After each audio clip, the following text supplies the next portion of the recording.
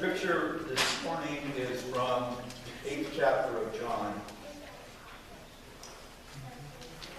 Then Jesus said to those who had believed in him, "If you continue in my word, you are truly my disciples, and you will know the truth, and the truth will make you free." Let us pray. Holy One, we ask that you would be with your servants. We ask that you would be with your servant. That words spoken could come straight from your heart. And that we as a people could wrestle with these words. We pray in your holy name. Amen. Stewardship season is coming up. It's actually here. That specific time of the year when we think of the church and we make our decision once more. Every stewardship season is the same dichotomy, the same questions. Do we have the church or do we not have the church?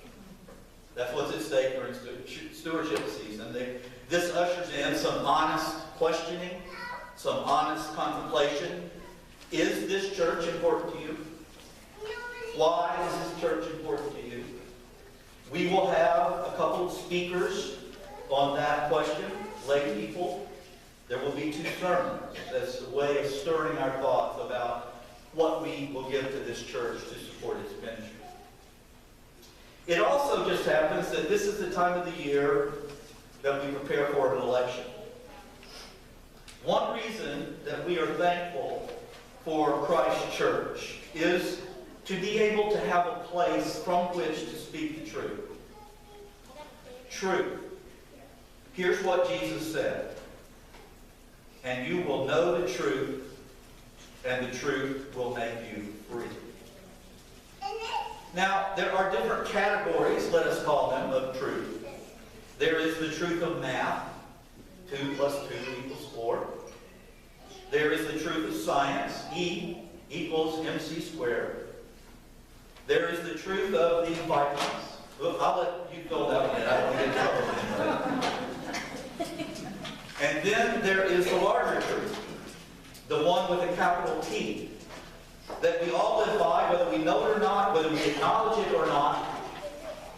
Whether a person calls themselves a person of faith or calls himself an atheist, it doesn't matter. It is the force that governs all of life, the force that one way or the other is going to have the final say, and that force is love. Love is the glue.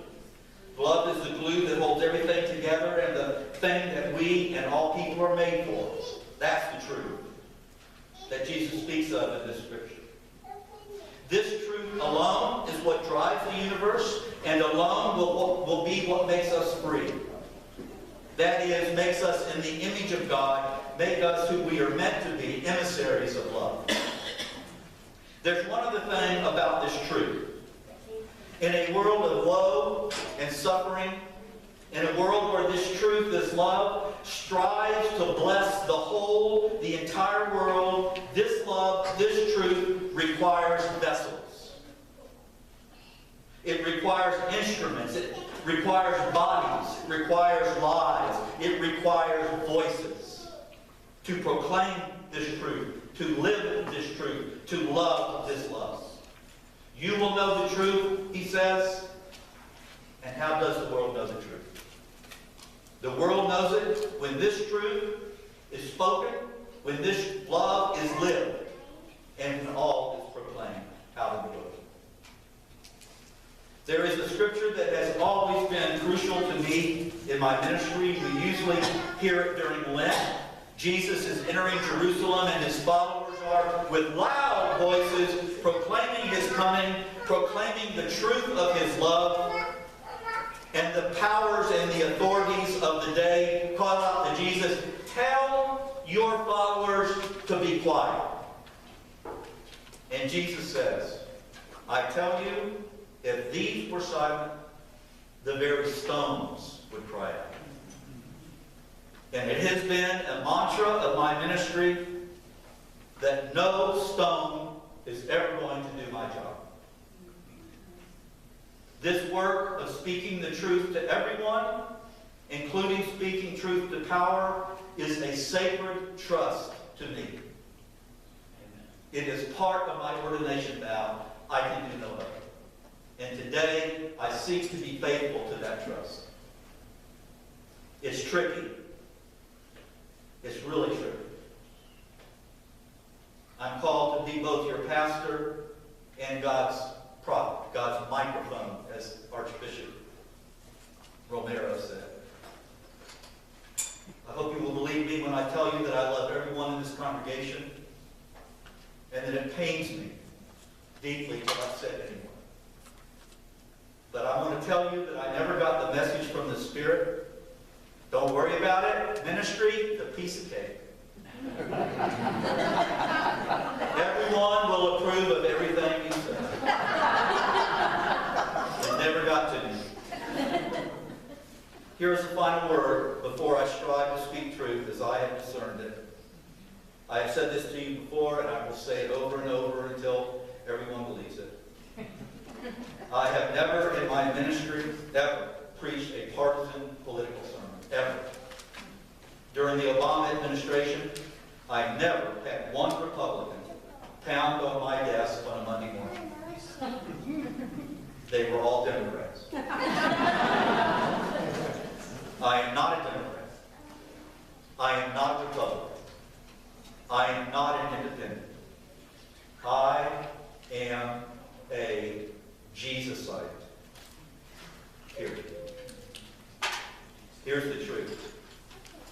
Our democracy is not working, friends. That's news. He writes, since 2000, fully 40% of presidential elections have been won by the loser of the popular vote. Republicans control the U.S. Senate despite winning fewer votes than Democrats. Next year, it is possible that Republicans will control the presidency, both chambers of Congress, despite having received fewer votes for the White House in 2016 and for the House and Senate in 2018. How does this happen? Voter suppression is rampant in our country, accomplished by a number of things. Gerrymandering, which is the gross shifting of populations into districts that cluster one party to kind of get them out of the way so that the rest of the districts are able to be voted by sometimes a minority. Making it difficult for people to vote, by that I mean closing voting places. We've been hearing about that a lot this week. In some places there has not been early voting. Preventing felons from voting. People that have committed some crime, done their time, served their time, and come back out into our society, the United States of America, seeking to be one of us. And we deny them the vote. Purging a voter list. A current example in North Dakota, the effort has been made to require a voter to have a street address, which is a move that excludes huge numbers of Native Americans who live only with a post office box. The truth that will set us free, friends, is to encourage voting, not to suppress it. Here's the truth. Violence is encouraged by the highest officials in the land. In recent times, the President of the United States named in a speech at a rally Democrats, all Democrats, as evil. Last year, there was a candidate, Greg Gianforte, for the U.S. Congress in Montana who beat up a reporter after being questioned about health insurance. The candidate was arrested and convicted of assault. He's still won the election. And a couple of weeks ago, the president was in Montana and mentioned the politician by name and said to thunderous cheers, he body slammed that reporter. He's my kind of guy. And more recently still, the president and his political allies have told a series of racist lies about a caravan of immigrants. Those lies dominated news for a number of days, and the deranged man who killed 11 people at the Tree of Life Synagogue in Pittsburgh, cited the caravan as a reason to commit mass murder. Here's the truth. Leaders at the very top of our government lie. Lie to us and the world. Now, I don't know how you, friend, interpret what is meant by the word devil. Whether a particular being, which is fine if you think that, or like me and many others, in the Tillichian, Paul Tillich's understanding of the devil being the opposite of good. This sermon is not about that debate. There is a debate, but it's not about that. But it is clear in Scripture what exactly that force does that makes possible evil. John 8. The devil was a murderer from the beginning and does not stand in the truth because there is no truth in him. When he lies, he speaks according to his own nature, for he is a liar and the father of lies. If truth makes us free, makes us who we are meant to be, then the opposite reality is that lies enslave us, will rob us of our deepest and holiest selves. Here's the truth. Our freedom of press is being constantly attacked. The press is known as the Third Estate, and under the Constitution of the United States of America, it is to be crucial in the functioning of a healthy democracy. Here's what the First Amendment says. The First Amendment, Amendment 1 to the United States Constitution, prevents the government from abridging the freedom of speech and the freedom of press. Historians always point to the centrality of suppressing the freedom of press in the rise of authoritarianism around the world, in Nazi Germany, for example. Yet the President of the United States constantly attacks the press, accusing them of fake news, seeking to undermine their standing in the public sphere. Now, I know it is possible that one reporter, even one network, is prone to error or bias, of course. But to attack the entire enterprise of news reporting as fake is dangerous to our democracy. Here's the truth. Our leaders at the top incite hatred, suspicion, fear, and loathing of people who are different. The list of groups of people attacked by the President of the United States includes handicapped people, GLBTQ people, Muslims, others, and most recently, and most outrageously, migrants. Here's the final truth. All of these point to the specter of authoritarianism. It's like a textbook. The loss of free elections, the encouragement of violence against opponents, the fog of lies, the vilification of the press, the ostracization of minorities, and handicapped and oppressed people. Now, one might ask at this point, why is Gwin telling us all this? And I would have three answers. First, I am not going to let a rock do my job. Second, I want to urge you to vote for civility, truth, inclusivity, kindness, the planet Earth. In other words, vote the Jesus ticket. And third, I do not want it to be said of us what Martin Niemöller said of the German people. Niemöller was a pastor and theologian in Germany at the time of the Nazis. For his opposition to Nazi control of the churches, he was imprisoned in Sachsenhausen and Dachau concentration camps for 7 years. He watched the encroachment of authoritarianism on freedom, the malignancy of authoritarianism metastasized, and he was swallowed up and consumed with grief and disbelief that authoritarianism was never challenged until it was too late.